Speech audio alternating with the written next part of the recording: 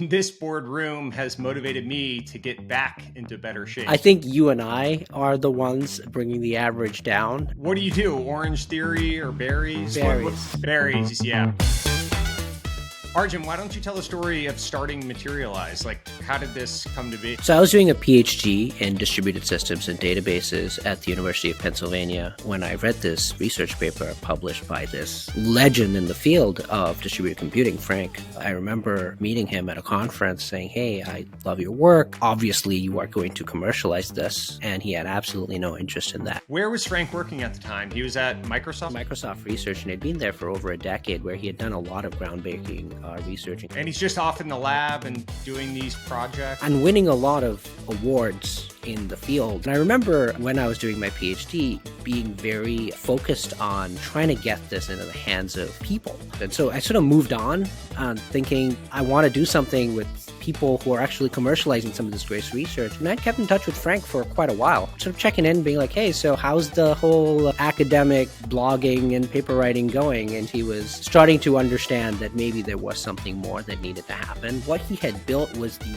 sort of the engine, right? And people don't buy engines, they buy cars. We've had a bunch of experience investing in things that look like Materialize, Snowflake and Cockroach and Timescale, and then other infrastructure companies like Twilio and Stripe and HashiCorp. When we originally spoke to you, I don't think you guys had written a single line of code at that point, had you? No, we hadn't written a single line of Materialize's code. And our opinion at the time was that this sounds great if you can do that, but you were taking this seemingly science project into the wild. We were not smart enough to invest in that round. We ended up paying a much higher price. When you got closer and closer to commercialization and we saw the team that you were building around you, it was kind of a no-brainer.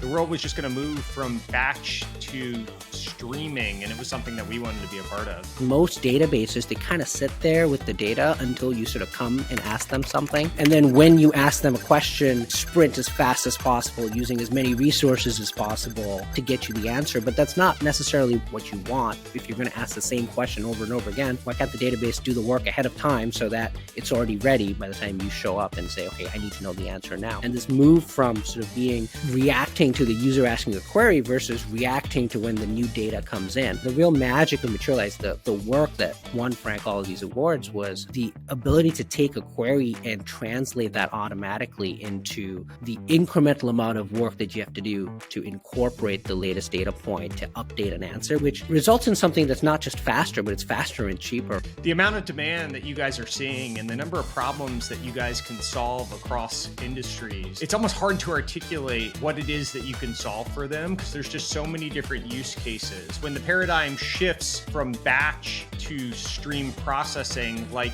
is happening now, the opportunity is just nearly limitless. And so when you land within a customer, it just it's wild to see how it just spreads like a fire within an organization. The number of use cases that people think of like, oh, this will also be better this way, and this will also be better. I personally wanted a system like Materialize to exist so that I could be more productive in my job rather than building these things bespoke by hand, microservice by microservice, in sort of painful thousands of lines of distributed systems code, when morally speaking, many of these things were just a SQL query that needed to be kept up to date. Seeing that validated with users also moving to that way of building and maintaining real-time infrastructure is very gratifying to see.